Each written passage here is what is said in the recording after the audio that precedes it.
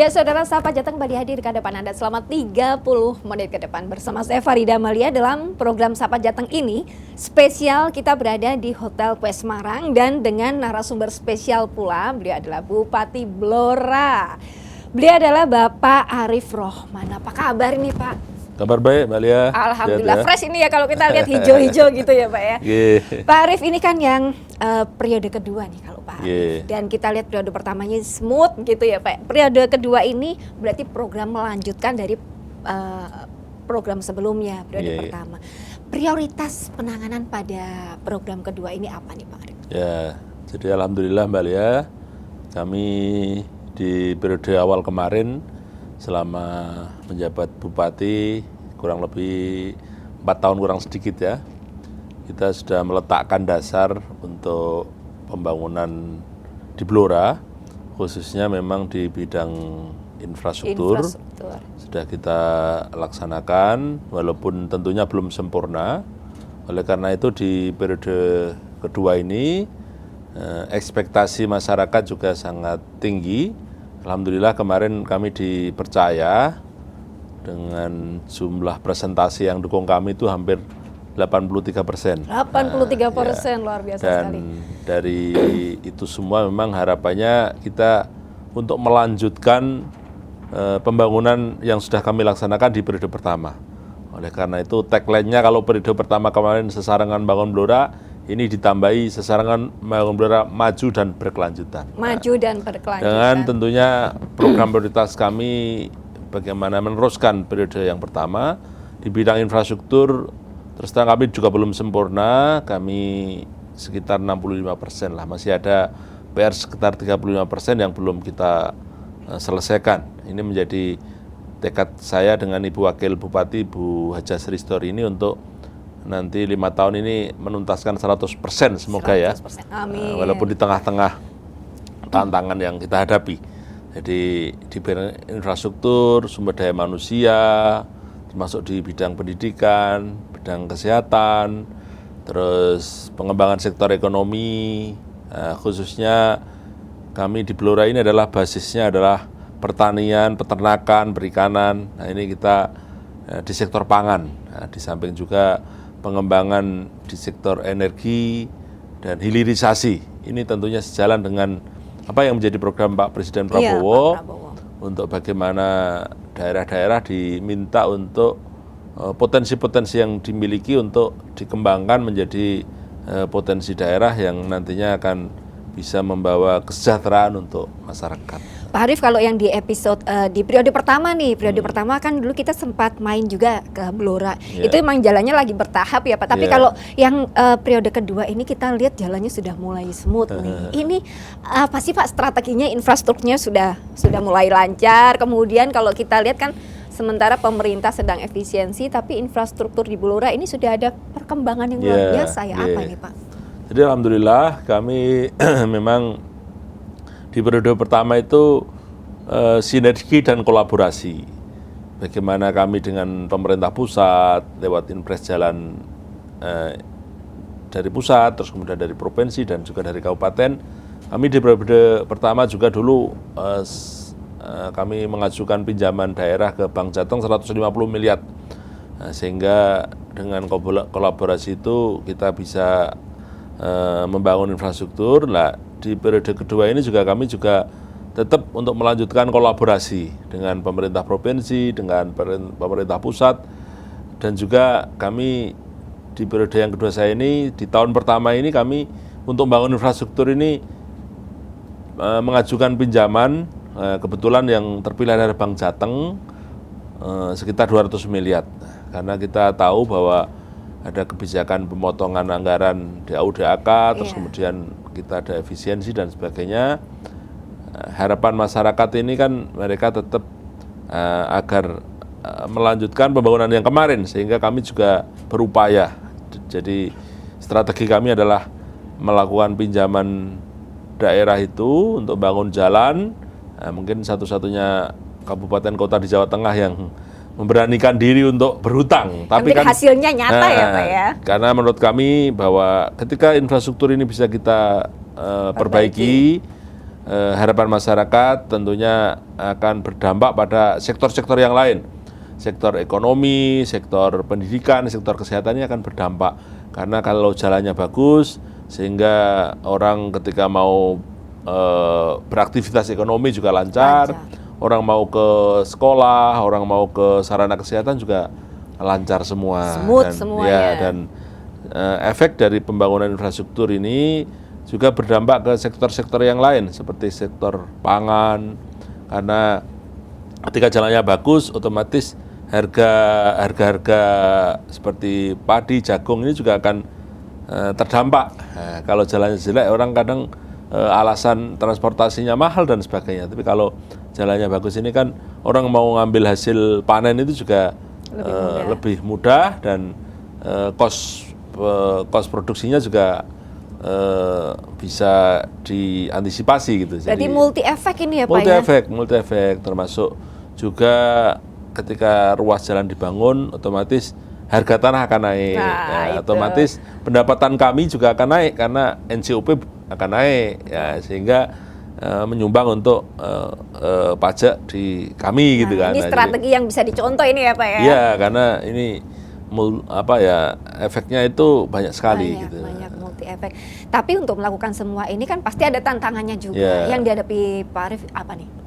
Ya, memang bahwasanya kita harus kompak ya untuk bagaimana dengan semua stakeholder dari jajaran kami eksekutif, legislatif maupun masyarakat ini untuk agar pembangunan ini bisa berjalan dengan baik, tentunya butuh dukungan, butuh kekompakan. Nah, kalau semuanya ini bisa kompak, apa yang kita rencanakan ini akan bisa berjalan apabila daerah kondusif, daerah ini aman. Nah, saya selalu berupaya untuk bagaimana menjalin komunikasi dengan Forkopimda, dengan tokoh-tokoh masyarakat, dengan media, dengan LSM. Dukungan semua pihak ini ya Pak ya. Dukungan semua pihak, karena ketika kita berharap investasi ini akan hadir di Blora, syaratnya harus kondusif, syaratnya harus aman gitu. Kalau semuanya kompak, guyup rukun, apa yang menjadi harapan masyarakat untuk Blora maju dan sejahtera ini insya Allah akan terwujud gitu. Jadi saya kira ketika membangun ada ya tantangan itu hal yang biasa. Asal semua bisa kita kolaborasikan, saya kira tidak ada masalah. Iya. Bismillah gitu ya Pak Arief ya. Pak Arief, kalau kita tadi kan lihat Pak Arief menyampaikan bahwa di Blora ini potensinya luar biasa sekali, termasuk salah satunya ketahanan pangan seperti yang disampaikan oleh Pak Prabowo, dan kita akan bahas terkait dengan ketahanan pangan ini yang juga ada hubungannya dengan infrastruktur usai jeda pariwara berikut ini. Oke, terima kasih.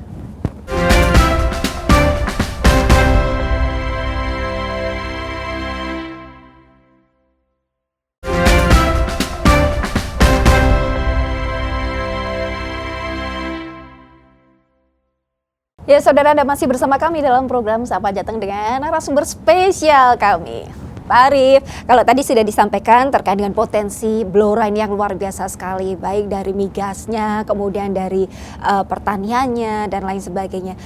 Terkait dengan apa yang disampaikan oleh Presiden kita, ketahanan pangan ini menjadi salah satu pondasi. Kalau menurut Pak Arief sendiri, bagaimana dengan Blora ini, Pak? Ya, alhamdulillah.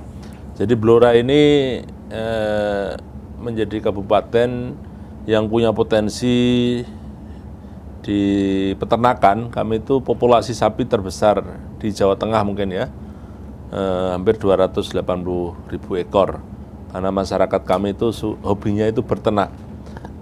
Di sisi pertanian kami itu kalau jagung itu nomor 2 se-Jawa Tengah. Jagung. Kalau padi kami ini termasuk lumbung pangan juga karena kita masuk 6 besar, nomor 6 di Jawa Tengah.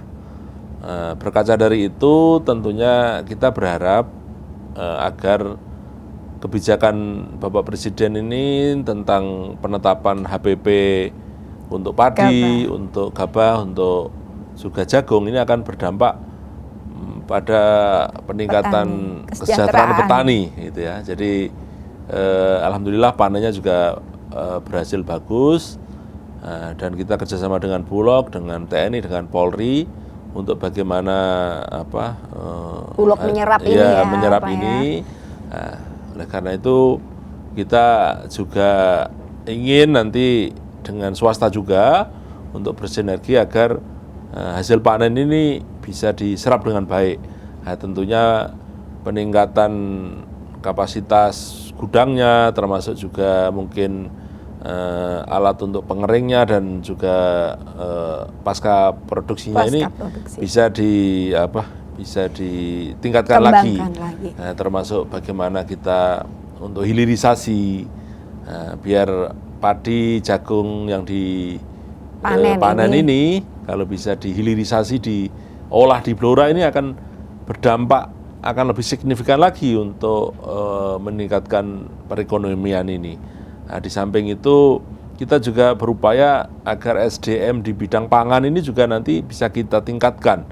Kami punya mimpi bagaimana kita ingin membangun Politeknik Agroindustri di Blora ini. Di Blora, yang itu nanti mungkin anak-anak Blora dari masing-masing desa itu akan bisa kuliah sambil bekerja, yang mana sekalian praktek gitu ya Pak Arief ya. Praktek di desanya masing-masing. Taruhlah kita ada 295 desa kelurahan, kalau nanti masing-masing, kalau politeknik ini ada, saya yakin nanti akan berdampak juga pada hasil tadi pangan tadi, karena kalau mungkin ada jurusan pertanian, peternakan, perikanan, kalau SDM di desa masing-masing nanti bisa dengan kita ilmunya ya, terus kemudian dipraktekkan di desanya masing-masing, yang mana fokus kita tadi ketahanan pangan ini saya kira akan jadi penyangga salah satunya. Apalagi nanti ada program Pak Presiden soal Kopdes, Kopdes Merah Putih. Nah, ini diharapkan di masing-masing desa nanti akan terbentuk ini ya. Ini kan tapi butuh SDM. Makanya kami ingin juga SDM kami, anak-anak kami ini ditingkatkan agar hobi untuk bertani, beternak itu tumbuh lagi. Iya, sekarang musimnya petani milenial loh Pak Arief. Betul, di tempat kami kita sudah menggandeng anak-anak muda untuk mereka mencintai pertanian, mencintai peternakan. Jadi dan alhamdulillah minatnya juga lumayan gitu lah. Jadi dengan kebijakan dari Pak Presiden ini, minat untuk anak-anak untuk bertani juga lumayan karena dirasakan hasilnya. Harga padi imbasnya kena langsung ya Pak. Dan ini juga sempat jawel diaspora gitu nggak Pak Arief? Betul, diaspora kita ajak, ayo kita butuh untuk bagaimana potensi yang kita miliki ini, ada investor yang masuk untuk terkait hilirisasi. Kami juga ingin agar jagung yang kita hasilkan ini kan bisa diolah lagi. Bisa diolah produk pakan, ternak dan sebagainya. Selama ini kan keluar semua. Nah, kita pengen bahwa hilirisasinya juga adanya di Blora gitu kan. Seperti padi, ini kami juga mendorong teman-teman swasta untuk bagaimana mempacking, memproduk beras Blora gitu kan. Jadi berarti dari Pemkab, dari Pak Arief sendiri ada bantuan untuk mereka ini petani-petani, peternak, seperti alat seperti itu atau bagaimana? Pendampingan. Jadi kita mendampingi mereka. Kita juga menggandeng perbankan juga, kaitannya permodalan ya Pak ya. Jadi ada pengusaha yang sekarang itu beras hasil dari padinya itu sudah diolah sehingga punya produk turunan beras yang sudah premium. Nah, jadi sudah di packaging. Sekarang di store ke NTT, ke luar Jawa, itu adalah produk dari Blora. Itu dampak dari ketika hilirisasi kita lakukan tadi. Jadi selain menanam, kita juga berpikir bahwa ini diolah penyalurannya bagaimana? Terus kemudian disalurkan untuk berupa produk tadi. Terkait dengan distribusi dan penyaluran, ini kan saat ini zaman digitalisasi, banyak orang yang sekarang online seperti itu. Apakah dari Pemkab sendiri juga memberikan pendampingan untuk edukasi para petani, para pelaku usaha, untuk betul, seperti kami itu, juga kerjasama dengan beberapa seperti Shopee dan lain-lain untuk memberikan pelatihan tentang digital marketing.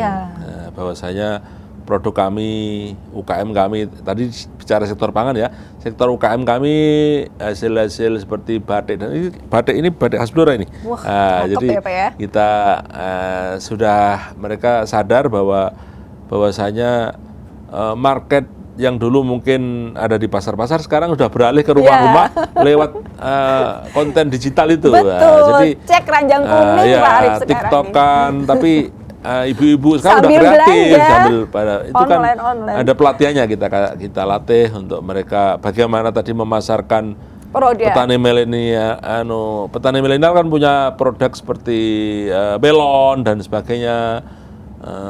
Susu kambing dan sebagainya, mereka sudah memasarkan online. Jadi ada dari beberapa luar daerah, bahkan luar pulau jangkauannya itu lebih luas ya Pak Arif ya. Ada yang pesan beras organik, ada yang pesan beras premium dan sebagainya. Itu betul. dampak dari keterbukaan itu sehingga kita bisa merambah seluruh dunia bahkan. Iya benar, tinggal scroll check out gitu. Ada produk kami yang UKM yang sudah naik kelas itu pasarnya sampai Amerika, sampai luar negeri juga gitu. Luar biasa sekali nih Pak Arif. Kita akan bahas lagi usai jeda pariwara berikut ini.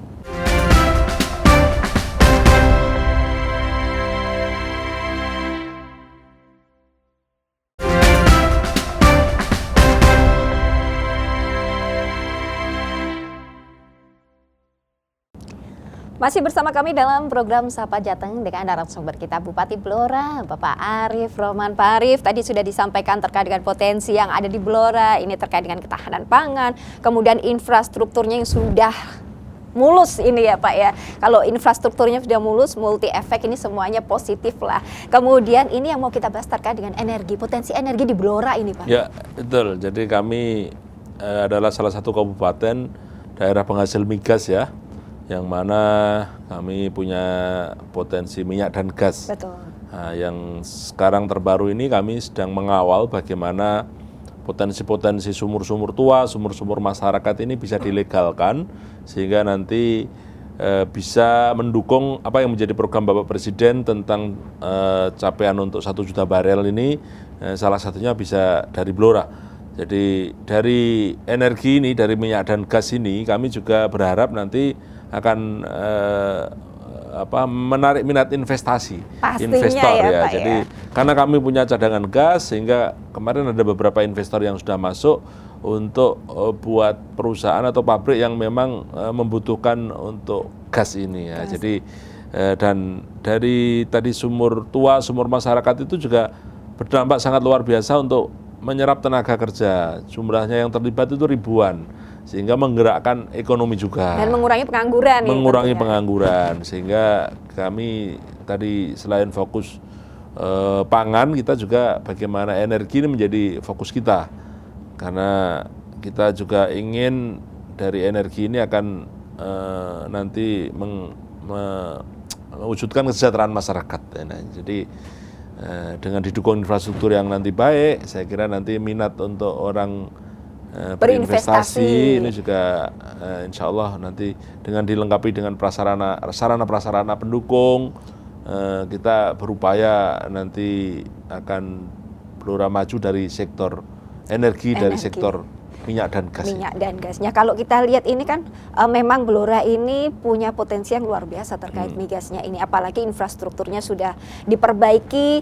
Kemudian selain migas ini juga ada ketahanan pangan yang tadi disampaikan oleh Pak Arif, petani, kemudian peternak, kemudian UMKM juga, dan pariwisatanya ini juga pastinya mendukung juga ya Pak Arif. Betul. Jadi kami punya sesuatu mungkin yang di tempat lain tidak ada. Beda ini ya. Kami wisata-wisata alam, ada Gua Terawang dan juga hutan-hutan yang masih alami. Kami juga ada potensi budaya, kesenian, barongan dan juga yang lainnya termasuk kuliner. Nah, jadi, itu dia. Jadi Blora ini Pak, yang terkenal ada opor, tuh, Pak. ada sate, ada pecel, ada yang masih otentik banyak sekali, sehingga kita berupaya bagaimana nanti menggandeng stakeholder yang lain, pelaku wisata, hotel, untuk ayo kita sengkuyung bareng bareng, kita buat event, termasuk mungkin Kompas nanti bagaimana mendukung kita untuk ayo dolan Blora. Ayo dolan Blora. Biar banyak diaspora atau orang-orang bisa ke Blora untuk melihat langsung wisatanya, kulinernya, dan semoga nanti berkesan dan bisa kembali lagi ke Blora. Nah, jadi salah satu yang paling berkesan kok di Blora itu salah satunya desa wisata. Iya, ada desa wisata Kampung Samin. Nah, itu loh Pak. Jadi suku Samin itu adanya di Blora. Nah, kita ada beberapa desa wisata desa Samin ini yang terus kita branding agar nantinya wisatawan ada ciri khas tersendiri gitu ya Pak Arif ya. Local wisdom ya, jadi konten lokalnya juga masih kuat dan menyajikan hal-hal yang di tempat lain kira-kira tidak ada. Jadi kalau adanya di Blora gitu kan. Nah, ini yang berupaya nanti kita tata agar dari sektor-sektor yang ada ini nanti memberikan kemanfaatan untuk masyarakat. Tentunya maju untuk sejahtera itu ya Pak Arif. Pak Arif, tapi kalau untuk pariwisata, kemudian kalau tadi Miga sudah dijelaskan, pariwisata ini ada kendala yang dihadapi Pak Arif nggak selama periode pertama hingga saat ini? Ya, kita memang bagaimana akses menuju lokasi wisata. Bagaimana sarana prasarana di tempat-tempat wisata tersebut. Nah, ini kita juga nanti minta bimbingan dari kementerian untuk beberapa kali ketika ada event anugerah desa wisata kita sudah masuk dalam nominator itu. Beberapa kita juga ada desa wisata yang Noyo Gimbal View itu, Bang Sri itu juga bagus sekali. Jadi potensi yang ada di desa yang dikelola oleh pihak desa ternyata bisa mendatangkan orang-orang dari luar pulau bahkan. Nah, apalagi kalau dibantu dengan digitalnya itu ya Pak. Pemasarannya digital, kita promo, kita berharap nanti ada yang minat untuk kerjasama buat event. Nah, saya kira kalau semakin banyak event, orang akan semakin minat. Kemarin kita juga ada event 100 tahun Pramudara Tetur, 1 abad. Itu mendatangkan juga banyak tamu itu yang rame itu Pak Arif. Untuk yang dalam waktu dekat ini apa nih Pak eventnya? Nah, kita nanti menjelang Agustusan ini kita akan susun beberapa kalender event untuk mempromosikan wisata Blora. Nah, ini pemirsa sekalian dicatat nih. Ya, kita berharap nanti di event Agustusan ini ada event yang orang mau berkunjung ke Blora untuk menikmati Blora dengan kekhasannya. Nah, itu dia ciri khas Blora, hanya ada di Blora ya Pak Arif ya. Pak Arif, mungkin ada pesan yang mau disampaikan pada pemirsa sekalian? Ya, tentunya saya berharap kepada diaspora dan juga masyarakat Blora, ayo kita bersama-sama untuk membangun tanah kelahiran kita, tanah kelahiran yang kita cintai. Jadi kalau diaspora yang sukses berhasil di luar Blora mau berkontribusi untuk membangun Blora, saya kira harapan masyarakat untuk Blora maju ini akan bisa cepat kita gapai bersama-sama. Sehingga kami tentunya tidak bisa sendiri, saya dengan Ibu Wakil Bupati berharap kekompakan kita semua untuk sesarangan membangun Blora agar semakin maju dan berkelanjutan. Itu harapan kita. Jadi dengan kebersamaan ini kami yakin harapan masyarakat agar Blora maju ini bisa kita capai bersama-sama, wujudkan bersama-sama. Oke, luar biasa Masuk sekali. Peran dari media untuk bagaimana memberitakan hal-hal yang baik, yang positif. Tentunya nanti orang akan melihat, oh Blora adalah kabupaten yang sudah untuk menuju maju. Oke, sudah bagus. Infrastrukturnya udah mulus, kemudian pariwisatanya juga luar biasa ini ya Pak ya, udah viral di mana-mana nih. Terima kasih Pak Arif atas waktunya. Semoga perbincangan kita ini bisa menjadi inspirasi buat pemirsa sekalian. Saya Farida Amalia mewakili kerabat kerja yang bertugas mengucapkan terima kasih atas perhatian Anda. Tidak lupa kami ucapkan terima kasih juga pada Hotel Kue Semarang. Kompas TV, independen, terpercaya.